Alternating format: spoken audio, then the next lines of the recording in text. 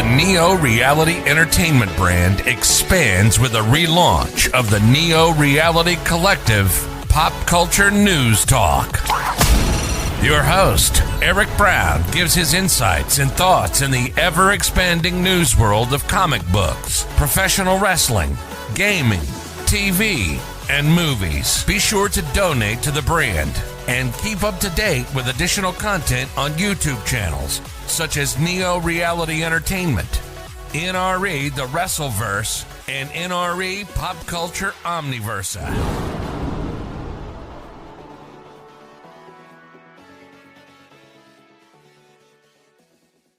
Today's edition of Neo Reality Collective is brought to you by Anchor.fm, a free distribution service podcasting hosting platform that allows you to record your podcast on your phone or computer. Anchor will distribute your podcast for you so it can be heard on Spotify, Apple Podcasts, Google Podcasts, and so much more. You can even make money from your podcast with no minimum listenership. It's everything you need to make a podcast in one place. Download the free Anchor.fm app or go to Anchor.fm to get started today. Thank you and enjoy the episode.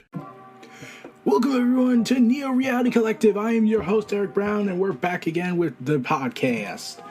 A lot of news going on this week. We're only in the first half of the week. I must really stress that.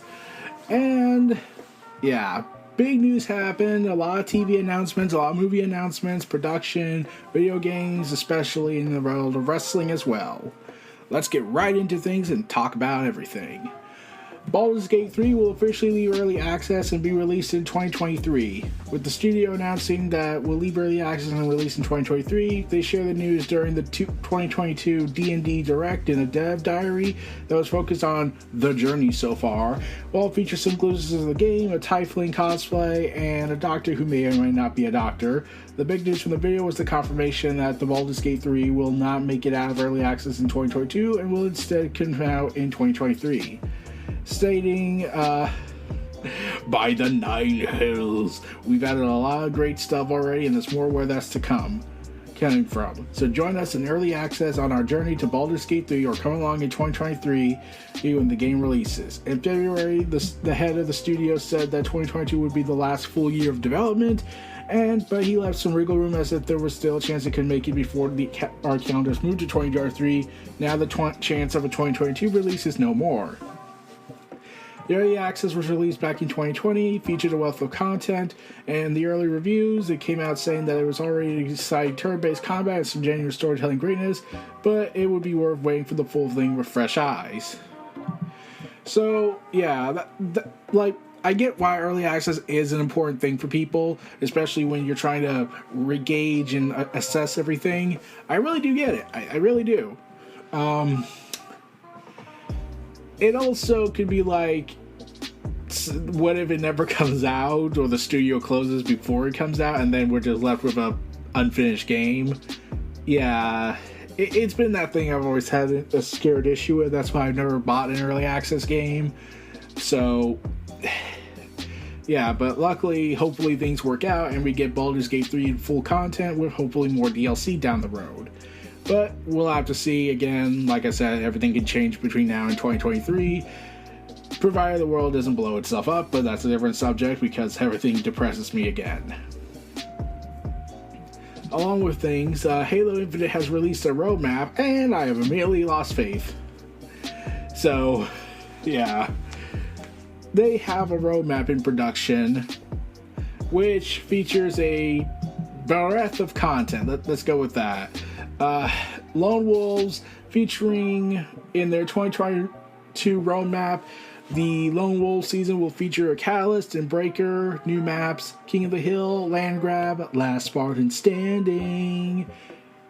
Let's see, new $100, new 100 tier Battle Pass, Fractured Entrenched, Campaign Network Co-op, late August target. Let's see. Also, Fractured Entrenched will come out between May 24th to the 30th. The Campaign Network Co-op is late August. And narrative events called Interference and Alpha Pack, they will release on May 3rd to 16th. And Alpha Pack with July 19th to August 1st. Campaign Mission Replay, late August. Forge Open Beta, September. And Quality of Life Improvements. Also added will be Season 3, which will start on November 6th. New Battle Pass again. New maps, new modes, new sandbox items, new narrative events, new Fracture event, Forge open beta, quality of life, campaign split, screen co-op. Timing to be determined on that. So, yeah. Okay, I know there's a plan here, and 343 decided to forego, apparently for Forge, large-scale formal flighting program and go right into open beta. Yeah.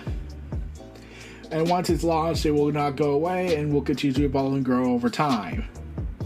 Season 2 will feature the new events and everything, and when I also saw the roadmap, I'm also worried, like, yeah, maybe it should have been best if they, at the very least, delayed it for another 6 months, because they could make it to May, release it in May. I know it goes against the system they had planned, but it would have probably been best if it came out in May. Or hell, you can make August the argument. But you only had like one shot and you kind of blew it. If they charged us for this would have really made people mad. Like, really bad. Also coming out on the Netflix side of things, Season 4 of Stranger Things set to come out soon. It's said to be the biggest jet for the series, and the cost is apparently also big per episode.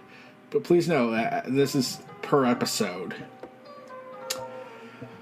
The much anticipated 4th season will cost, for each episode, I must remind you all, $30 million.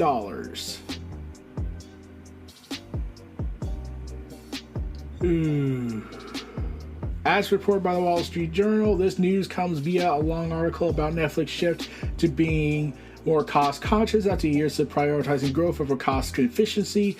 Stranger Things was used as an example of a show that needs under-the-radar, relatively low-cost hits to balance out its massive price tag. Yeah. So, yeah, and I must stress, this would make Stranger Things Season 4 the most expensive TV show in history. It would put it above the $10 million per episode budget of Halo the TV series. Game of Thrones' final season was $15 million per episode. Mandalorian was $15 million per episode, and $25 million per episode budget set to accompany Disney Plus's Marvel TV shows. While it may not be quite as expensive as the reported $465 million production budget of the Prime Video's Lord of the Rings series. Oh, man.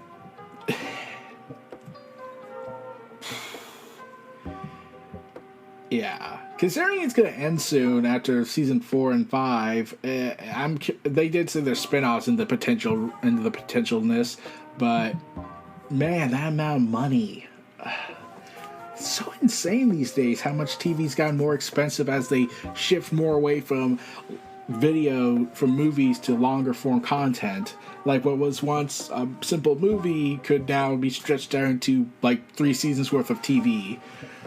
And also a way to expand stuff and give scope that you couldn't do in a 2 to 3 hour movie unless you did a director's cut, which Zack Snyder's Justice League got, or Lord of the Rings, which were already bloated movies when they came out in theaters. So, there's been an update. A YouTuber, Sekiro Dubai, has uploaded a video that seemingly reveals the Coliseum's hidden sites of grace, location name, and even battling NPCs. A data miner who got an inaccessible Coliseum arena to actually start working. So, yeah. So details came out. The video shows a giant lion fighting a knight in the Coliseum, whose placeholder names were simply Old Lion of Arena and Gladiator Large, respectively. Keep dreaming big from Software. Sekiro Dubai also uncovers a nameless site of grace inside the area, and digging through Elden Ring's network test files reveals a Stormvale Coliseum, meaning this one will likely just be Lindale Coliseum. The second unfinished site of grace can be found further inside the area that was named internally, and therefore unofficially, as Return Point Bonfire Reception Desk, with bonfires being the Dark Souls equivalent of a site of grace. Despite the new information, it's still unclear if the Coliseum spread across the Elden Ring's world or an abandoned portion of the game that simply didn't make the final cut, or if they're early versions of a potential DLC. The Coliseum is guarded by an NPC invader and an NPC sitting outside asking why they can't get in. The ritual shield talisman available outside the Coliseum states that the arenas are remains of a bygone era, showing that From Software definitely had a story for them in mind. DLC that takes the player back in time is also completely part of the common From Software games. The original Dark Souls does exactly that in Atreus of the Abyss. Bloodborne follows suit with Old Hunters, and though not DLC, Sekiro features extensive sections that are set in the past. It will likely be a while from Software's comments on DLC, but given Elden Ring's success in the developer's history, an expansion is most likely. So, yeah, there's clearly content in there, and I would be kind of shocked if they never addressed this, but we'll have to see. Coliseum matches, let's get this going, and the fact that they have a story in there is pretty impressive. So, yeah, I definitely do think there is going to be a DLC content for that. So anyways, Ubisoft, the devil corporation that's trying to that's still getting away with its awful things, is reportedly being studied by private equity firms with preliminary takeover interests. Anonymous sources told Bloomberg that several companies, including the world's biggest private equity firms, Blackstone Incorporated, KKR & Co., are considering a takeover. Ubisoft reportedly hasn't entered into serious negotiations with companies, however, and it's currently uncertain if it will, and if the firms will pursue a takeover at all. Sources also told Kotaku that various aspects of Ubisoft's business have been audited in recent years in anticipation of a potential sale, though these audits are also fairly common for companies looking to be more profitable. It's unknown how a potential acquisition of Ubisoft may affect its games, if at all, but current former Ubisoft employees also told Kotaku that the publisher is currently experiencing production issues, evidenced by several delays, among other things. The combined with dipping stock prices, which fallen from $110 per share in 2018 to $41 today, will likely lead to a sale, the sources say. Oh no, I'm so shocked. Yeah, okay, whatever. So, I wouldn't be surprised if Sony bought them. I really wouldn't. Like, it's that kind of comment we have. I like Sony bought Bungie, but if you if Sony wanted to try and rival Activision Blizzard's purchase from Xbox, I think Sony would try and go for Ubisoft if they can't get EA, especially. And please know that we're entering the year where all the corporations are starting to gobble each other up now, since they've burned everything else to the ground. Disney purchased Fox for $71.3 billion, and just shy of AT&T's purchase of Time Warner for $85.4 billion, with Activision Blizzard purchase for $68.7 billion. Ooh boy. In fact, reports came out that Sony may have overpaid for Bungie, so that was pleasant. So, it is very interesting that Ubisoft might sell itself and hopefully kick out a whole bunch of horrible people, but that's a different matter. So, take of that what you will. We'll have to see in the coming weeks to see if anything happens. Also, the developers are currently pissed at Apple, because of course they are, because Apple says it will now remove games that haven't been updated, because of course they did. God damn it. Oh man.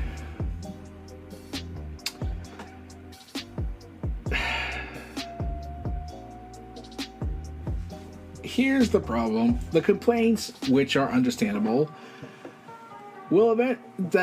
states the fact centered around the idea that all games will eventually cease receiving further updates as developers move on to other projects, but will plausibly remain functional as from the point onwards. Apple's new policy sees swaths of classic games being removed simply due to having been released years earlier and not really been updated. God damn it. So, yeah, a developer known as Protopop Games is royally pissed about it, saying that games can be completed objects, can exist as completed projects, and free updates aren't suitable for these free projects aren't suitable for updates or live service model. They're finished artworks from years ago. Oh, Apple, why did you have to do this? Preservation in gaming, and Apple saying F it. Speaking of that, Sony has announced that, yes, we're going to have our own game preservation team. Yay! So, yeah, Sony and Garrett Friendly went on Twitter and announced that today is my first day as a senior build engineer at PlayStation, and working as one of their initial hires for the newly created preservation team. Game preservation was my first career passion, so I'm excited that I get to go back to those roots. Yay. PlayStation Studios global QA manager hired Fredley and said in a post recently about the same team that the day-to-day focus is on IP preservation for businesses, and certain titles of today are captured, cataloged, secured for the game industry of tomorrow. Oh, welcome to the world of tomorrow!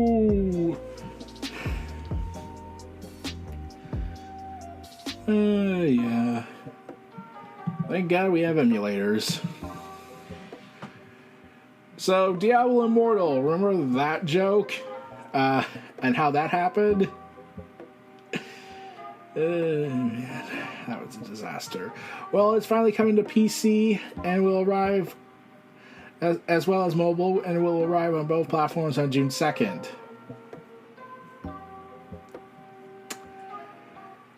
Whew!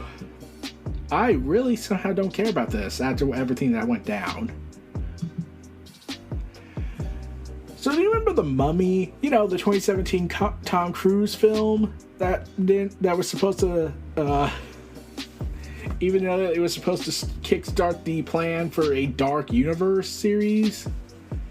Well, that was a complete bomb.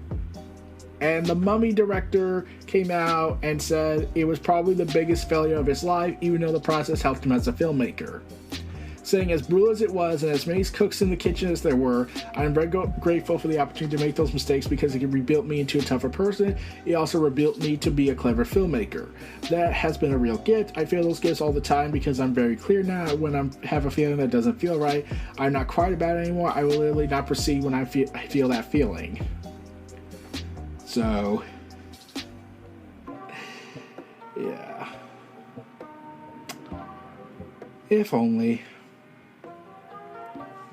I mean, they're trying to still go with this whole monster-verse or the Dark Universe, but they don't really know how to do it well. Like, they did do well with The Invisible Man, earning $98.3 million on a budget of only $7 million when it hit theaters in 2020, so it probably could have earned more, but then the pandemic happened.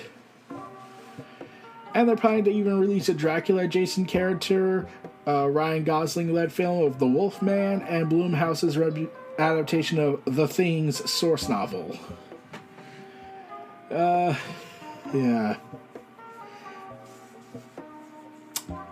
Yeah, he also worked on, premiered on Showtime on April 24th, his latest small screen endeavor, The Man Who Fell to Earth. Man. So, take of that what you will. At least he's learned something from this and never will try hopefully make a kind of mistake again when it comes to the code many cooks in the kitchen. Meanwhile, Meta, aka Facebook, aka the Facebook, they announced they will their first retail stores open in a month in California in early May. Their first hardware retail store will open May 9th from 11 a.m. to 6 p.m. Monday through Friday. The idea is the stores to allow users to get a hands-on experience with its products, similar to Apple's retail stores, allow customers to interact and demo various products in the tech giant's ecosystem before buying.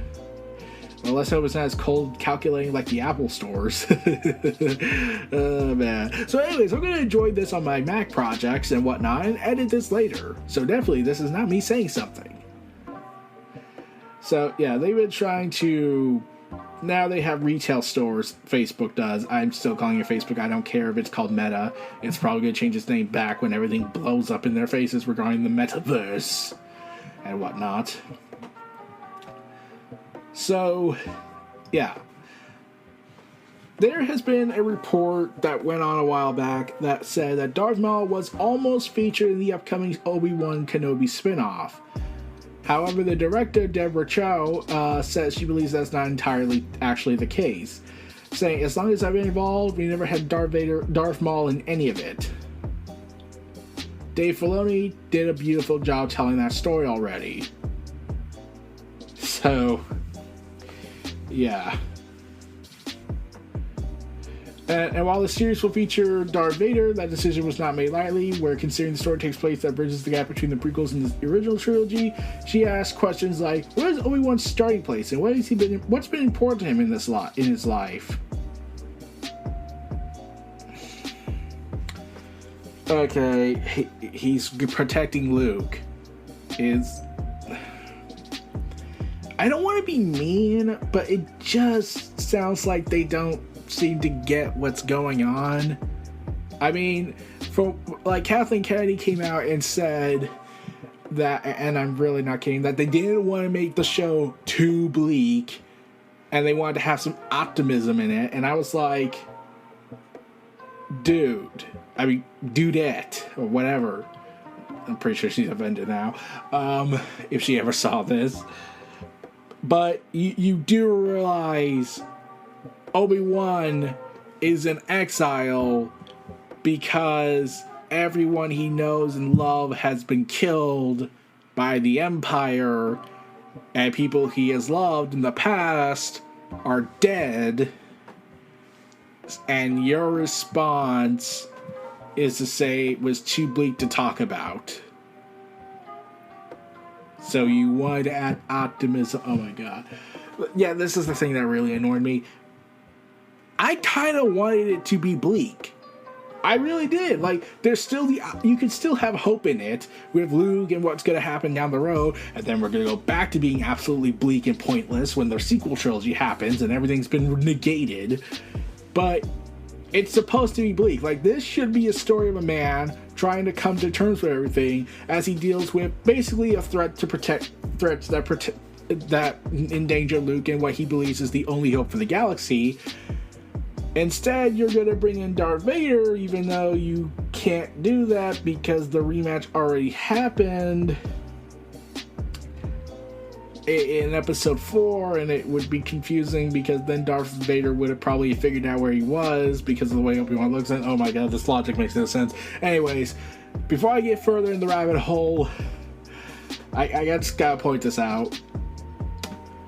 There was rumors at a time, before the rewrites happened, that they were going to bring in a Legends character named Ashed Hutt. If I butchered that name, Ashed Hutt, I think I butchered that name, I'm sorry, who is a Tusken Raider that was going to go after Luke and his family, the Lars. But there's just one particular thing about this character, Ashed Hutt. He in the Legends continuity is the future Sith Lord Darth Krayt. The leader of one Sith was almost canon, and that actually would have been interesting, but it was too bleak. Oh my god. This is the problem I had with Rebels. To me, besides the last season, the last half of season 4, and the Ahsoka stuff, I felt the show was way too optimistic, and I felt like they could have done what the Clone Wars did, but inverted. Whereas the Clone Wars started off light and had this clear-cut portrayal: good guys versus bad guys, Jedi versus Sith, clones versus droids, Republic versus Separatists. But as the seasons went by, it got bleaker, it got darker, it got more shade of gray. The Jedi were becoming more corrupted, obviously. The Republic was declining in its government, and rampant corruption was spreading throughout the galaxy beyond just the Separatist movement. and they were siding with criminal activities, but that's a different matter. And then you had Darth Maul come in, and everything got darker and darker and darker. There was still optimism involved, but this world was getting darker as it came closer and closer to what would become Episode 3, Revenge of the Sith. I felt, and this is just my opinion, if you like Rebels, that's your right. I felt Rebels should have started out being dark and then get to the optimism to really complete the transitional storytelling phase. If they had done that, I probably would have said the two series were masterpieces together, but Rebels to me had some good elements, some good stuff, and then retcons happened that made me lose faith in that. Like the death of the Mandalorians in the most brutal, mean-spirited fashion possible that makes Sabine even more of a monster in the Mandalorian remnants' eyes. Oh god, that was a bad day for everyone. But yeah, Darth Maul being in it, well, it would have been cool to see Ray Park again. I got why he was not going to be an Obi-Wan Kenobi like they already did, unless they want to reinterpret it and say it's another interpretation of the duel. So, yeah. So, the Super Mario Brothers movie starring Chris Pratt, who's starring as Mario, because that makes sense, by Illumination Studios, so you know that's problematic already. It has been officially delayed to 2023 as Hollywood continues to suffer the effects of the coronavirus. Shigeru Miyamoto came out and said, "This is Miyamoto, after consulting with the Chris-san. Okay. My partner at Illumination on Super Mario Brothers film, we decided to move the global release to spring 2023, April 28th in Japan and April 7th in North America." Miyamoto wrote, "My deepest apologies, but I promise it will be well worth the wait. You're making it by Illumination. I don't have faith in this." So, yeah. Also, in order to compound everything, Sony has announced El Muerto.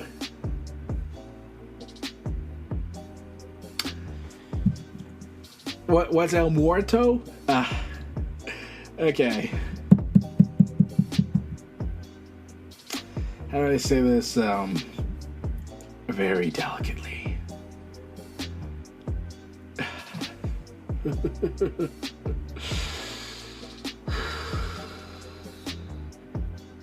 Oh, God.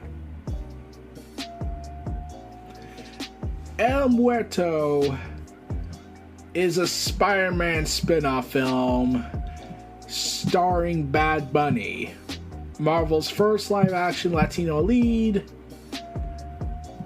Oh my effing god, who the hell is El Muerto?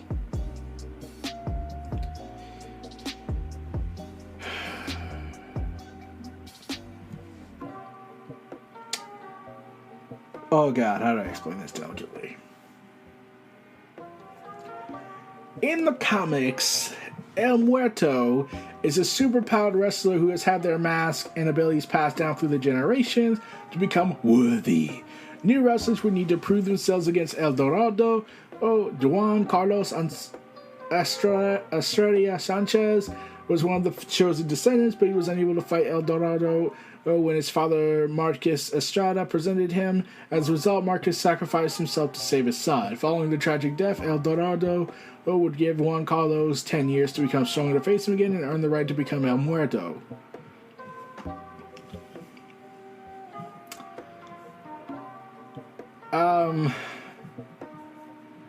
I mean, how do I say this delicately about El Muerto?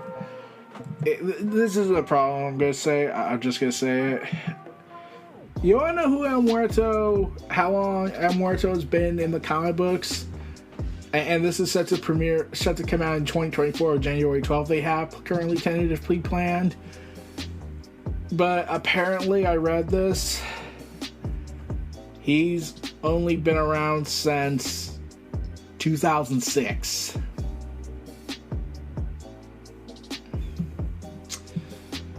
Yeah. I have no hope for this. From purely a unknown character. I don't even know if anyone knew this character much. In fact, I'm thinking Bane more for this Latino-based wrestler, but Bane is more venomous with the venom poison in him, and he's been around for decades. So I was like, is this like their version of Bane, but like more different? Speaking of Venom, the next Venom and Ghostbusters films have been officially announced. Yay! The third Venom was confirmed by producer Amy Pascal, saying, we are in the planning stages, but right now we're focused on getting everybody to come and see No Way Home, and all that. And there will be a new Ghostbusters movie. No release dates were given, but they confirmed in a sizzle reel from Sony that there are a few seconds of Kraven the Hunter. Yeah, that happened. But there is one last piece of news for this last part. The third Spider-Verse film is going to be called Spider-Man Beyond the Spider-Verse. Alongside revealing across the Spider-Verse will have 240 characters, 6 universes, and the largest crew for an animated film. Oh my god, that's going to be insane. Get ready for hijinks ensuing. It's pretty insane. It really, really is. To see that happen. It's insane. I can't believe it. And I'm looking forward to it. They announced that the third movie will come out and hijinks will ensue in ways you can never imagine. So, get ready. I'm excited. But that's Neo Reality Collective first half of this episode. Stay tuned for this ad break and we'll be back with you after these messages. And see you in a bit. We're back, everybody. We're finishing off this last half. And then we get ready for the last half of this week. PlayStation reportedly now requiring developers to create 2-hour game trials. Part of the new initiative they're planning for premium subscribers. Going forward, any game that costs $34 or higher must have an accompanied game trial for Sony's subscription service that lasts for at least 2 hours. According to a new report from game developer, many studios received this news in a new update, Sony's developmental portal, where reportedly not providing any previous communication about such a change. This new policy doesn't apply retroactively to or at all to PlayStation VR games, however, who plan to launch PlayStation games in the future will have to adhere to these new updated guidelines. Developers will reportedly have up to 3 months from the release of their games to put out a time trial, and they are required to be available on PlayStation's subscription service at a minimum of a year. Custom game demos for the service will reportedly be considered, but it seems like Sony will only approve them on an individual case-by-case basis. This new policy is also separate from the normal demos, and developers are still allowed to pursue initiatives like free-to-play weekends for all PlayStation owners. Sony announced its rebranded subscription service last month and unveiled 3 new tiers for the PlayStation Plus, set to launch next month in Asian markets, excluding Japan, on May 23rd. Japan soon follows on June 1st, with the Americas and Europe's getting June 13th and June 22nd, and respectively. So, yeah, part of this whole initiative is for them to compete with Game Pass and try and show, okay, this is what we got here. Okay, Game Pass has all this. We need to prove we have or something too. And they chose the Steam route, sort of. Okay.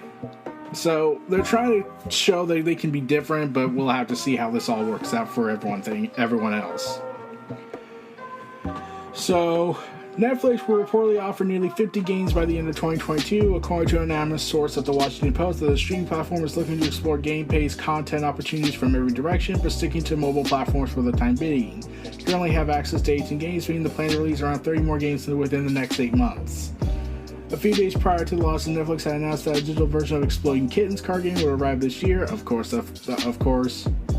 After their one day stock drop, and forcing the servers to cancel several animated series, including Bone and Rodol's The Tweets. I don't know. Yeah, that was part of the whole thing that went down.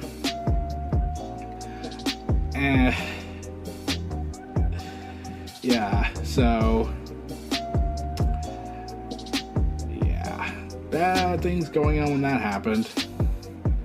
So now they're planning to make release about 20 or 30 games, so good luck with that.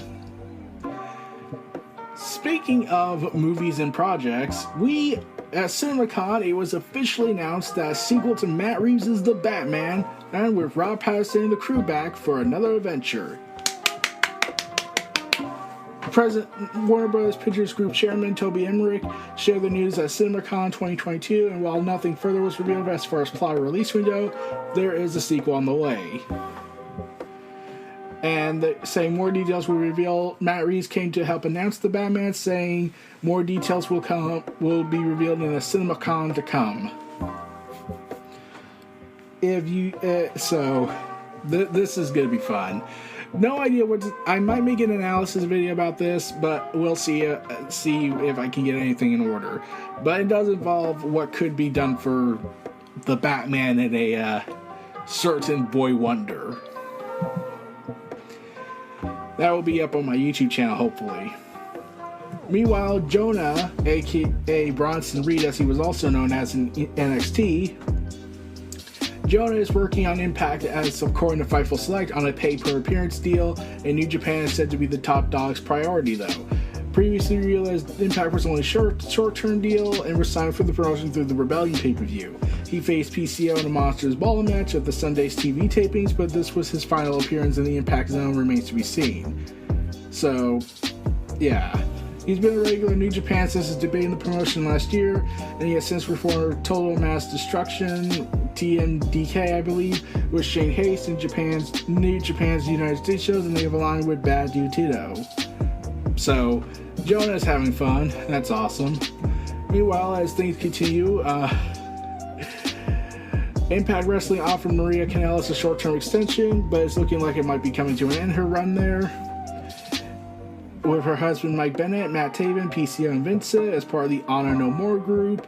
Eddie Edwards and Kenny have since joined the group, and Kanellis is often ringside for the factions matches on TV. Kanellis recently revealed that Impact deal would expire following the shows in Pro Skeeps in New York over the weekend. Fightful Select reported they offered a short-term extension, but there is no word if she's accepted it. It is unclear if Maria was at Sunday's post-Rebellion tapings. Only the On No More's members faced Speedball Mike Bailey and the Motor City Machine Guns. Kanellis revealed in recent weeks that AEW President Tony Khan has reached out to her about being part of the new Ring of Honor, and they were just working on a date they could speak. Kanellis revealed she was open to several roles in Ring of Honor, including talent relations and producing. So Tony Khan is clearly not stopping being busy and being high on stuff. Oh boy.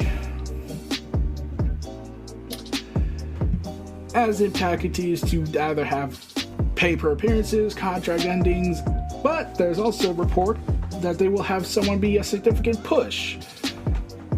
At an Impact Wrestling talent's in line for a push after Rebellion happened. Fightful Select reported that Impact has a significant push plan for Steve McLean, and for the summer, those Fightful spoke to have been also very happy with his performance during his time with the promotion. The former talent joining back in June 2021 was being announced he had signed a contract with the promotion. He then quickly entered X Division and unsuccessfully challenged for the gold at Bound for Glory, Turning Point, and Hard to Kill. His loss to Trey Michael was also McCallum's first defeat in singles action, and since he signed with Impact, going 9-0 in one-on-one matches before the January 2022 pay-per-view. Following that, he unsuccessfully pursued the Ring of Honor World title before he briefly joined Team Impact's war against Honor No More, which led to him attacking Rhino. His most recent match was where he fought Jay White and Chris Sabin, but he was defeated.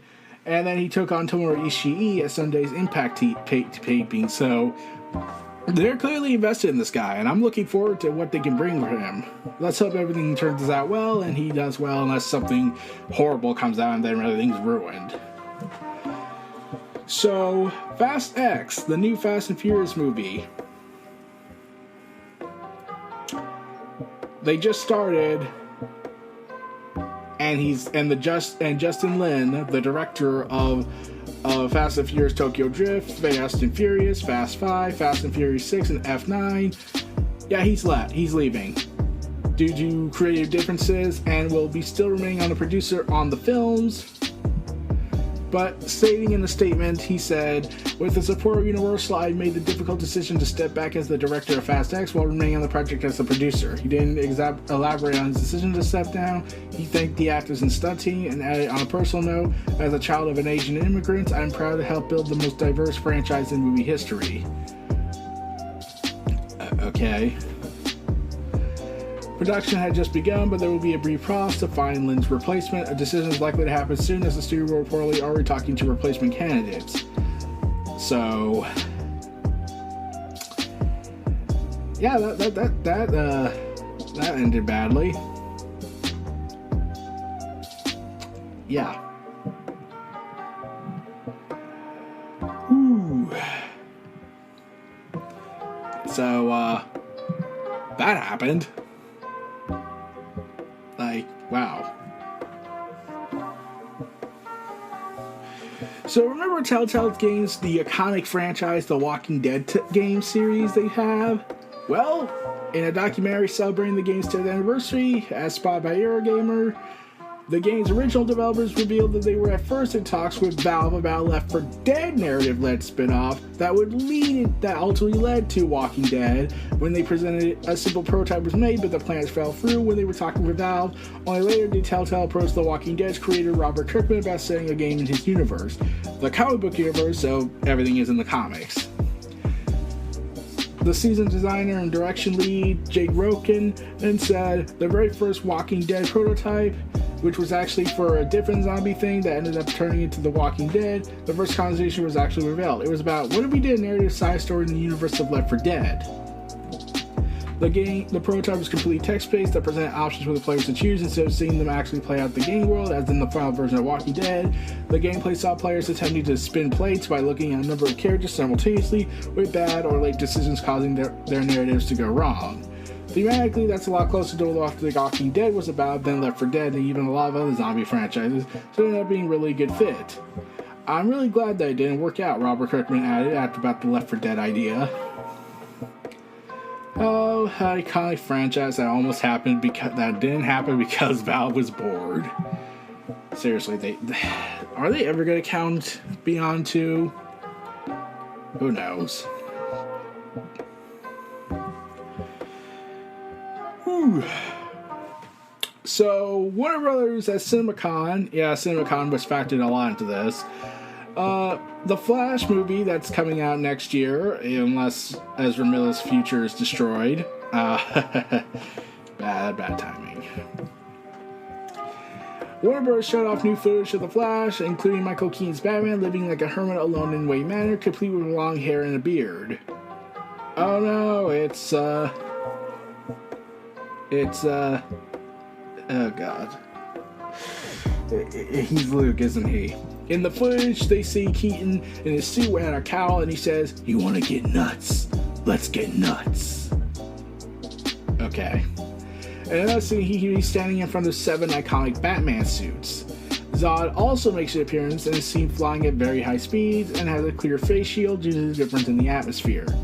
Finally, a glimpse of Keaton's motorcycle is shown, and it appears to be similar to the big one Christian Bale had in the Nolan films. It also looks like it has 2 wheels in the front versus the one big one that Christian Bale had. So,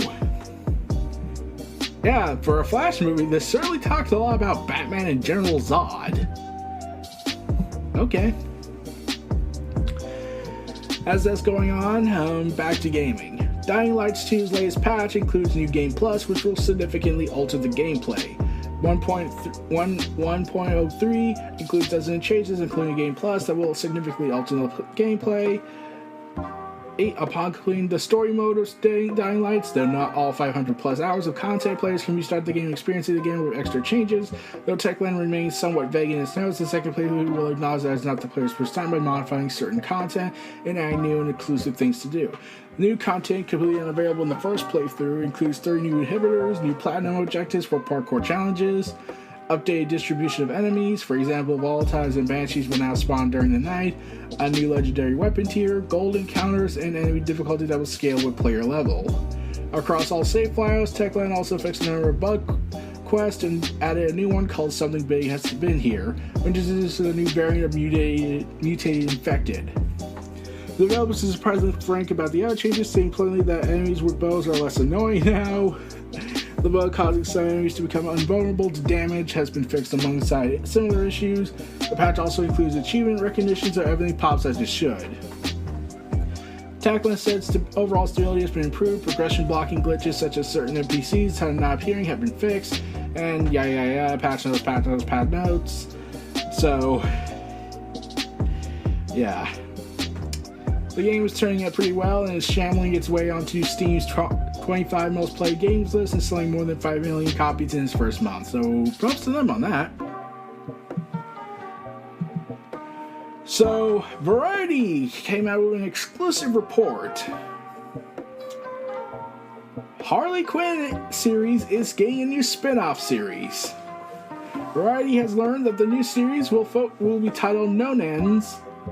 I don't know why, but it will feature a very, very interesting person as the main character. Hell yeah. Yep.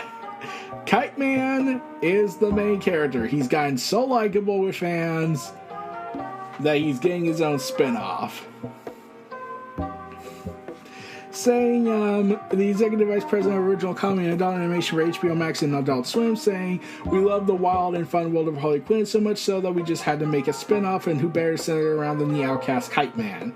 Justin, Patrick, and Dean have created the perfect local hangout for Gotham's not-so-finest at Nonans, where bar patrons could blow off some steam after a long day of mayhem."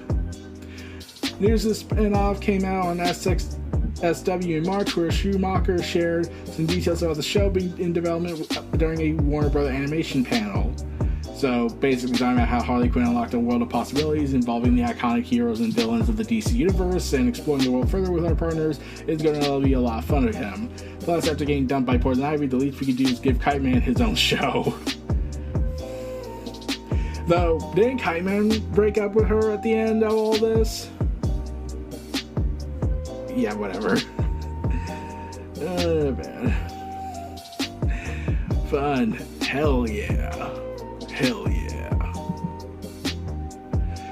So, anyways, the next big major animated series for Star Wars is Tales of the Jedi. Oh, man. So, there's another anime show. The panel is scheduled for Celebration Anthem for Star Wars went up earlier today and is noted by Gizmodo. One panel mentioned an anime series called Tales of the Jedi, described listed as felonious and attendee, pointing to the series being another show under his purview. That schedule listing has since been scrubbed from the site, so you know that's going to be pretty crazy.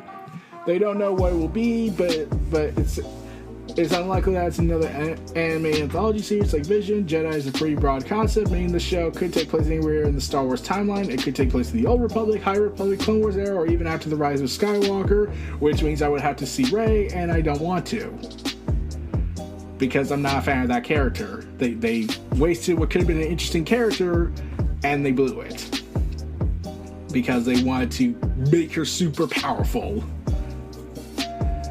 But it could be a jumping around the timeline, so let me bring about that. The name potentially points to something perhaps jumping around through the timeline. Star Wars Tales of the Jedi was the title of the Dark Horse comic series that began in 1993, so yes, we're doing another Legends comics adaptation essentially, where we're basically saying, hey Disney, could you just make an alternate timeline now and just finally just let us have fun again?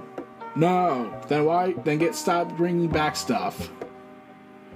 But yeah, Tales of the Jedi was a series that was one of the many expanded universe projects talking about the mythical Jedi.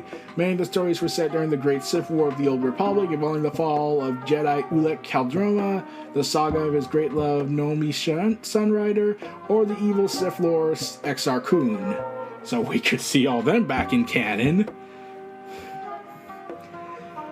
Yeah, man. And considering this is also inspiration, that was the direct inspiration for Knights of the Old Republic games, so that tells you everything. I'll probably hear more about this later in May, but yeah, it's once again, Disney does not get this problem, do they? So, to the everybody in the world, Bethesda has officially retired their PC game launcher and moved them to Steam. Yes!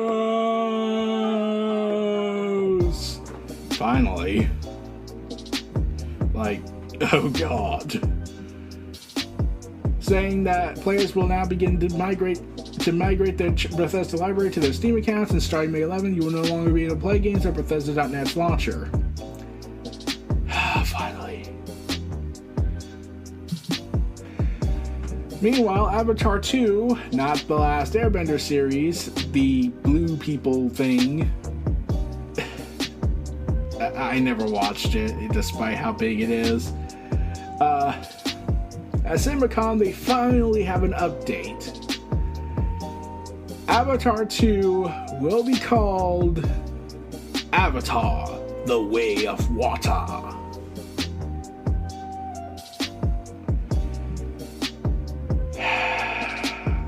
That sounds terrible. James Cameron appeared in a pre-recorded message to express his excitement for the world to see Avatar: The Way of Water, or, you know, what happened when the last movie came out, in theaters on December 16, 2022, and teased that the team has set out once again to push the limits of what cinema can do. Yeah, it's like 3D cameras, only for people to eventually get over it and then move on with something else. And the CinemaCon were also treated to a teaser trailer of The Way of Water, and it was mostly a mood piece showing off the world and a lot of underwater footage. Jake Sully says to Nairi that whatever, that no matter where they go or what happens, their family is their fortress. The trailer was debated exclusively in theaters with Doctor Strange in the Multiverse of Madness on May 6th. Okay. And it won't be released online until a week after. Set more than a decade after the events of the first film, The Way of Water begins to tell the story of the Sully family, the trouble that follows them, and the lengths they go to keep each other safe, the battle they fight to stay alive, and the tragedies they endure. Okay. Finally. Oh, man. Whew. So one of the stars of the movie, Zoe Saldana, if I pronounced that wrong, sorry, has seen 20 minutes of the movie, which she said had moved her to tears. Okay. Yeah, I'm not interested in the Avatar, so it's just that thing. So, moving on from now, let's finally end this final article. Speaking of Marvel stuff. Kevin Feige. The Marvel Cinematic Universe is more than 15 years old now. Oh. If you can believe it, encompassing a wide array of TV shows and movies, and Kevin Feige has said anything about it, it won't be ending anytime soon. Kevin Feige was on hand at Disney's presentation at CinemaCon 2022, where Marvel unveiled new footage of Doctor Strange in the Multiverse of Madness and among other events. During the show, Kevin Feige said that Marvel's leadership is currently planning their first retreat in 3 years, which will be used to plot out the next 10 years of the MCU. There will be plenty to discuss, since there's a new range of heroes such as Natalie Portman's mighty Thor, the Goddess of Thunder, a whole multiverse to explore. The MCU will also dramatically expand into streaming, such as Loki, WandaVision driving the larger event movies, and we got Agatha Harkness coming back, and yada yada yada yada yada, Captain America and reincarnated as Sam Wilson, awesome. Falcon, the Winter Soldier, finally finding peace with his life, or at least starting to finally admit it, that he's finally starting to find some peace. So, 10 years. 10 more years we got of this. I hope they are able to adapt and plan out things for, like, Wakanda and everything, considering what happened with Chadwick Boseman. May he rest in peace. But, that's it, everybody. We're finally done. Oh man, I'm looking forward to what comes next for the next set of episodes. It's going to be a fun, wild ride. I hope to do more reviews in the future. But, yeah, this is where we're going to stop at. This was Neo Reality Collective. Feel free to check out my other content and search me up on Twitter and follow me on social media accounts. Enjoy this last ad break and then tune in for the outro, and we'll see y'all next time. Take care. Be sure to donate to the brand and keep up to date with additional content on YouTube channels such as Neo Reality Entertainment, NRE The Wrestleverse, and NRE Pop Culture Omniversa.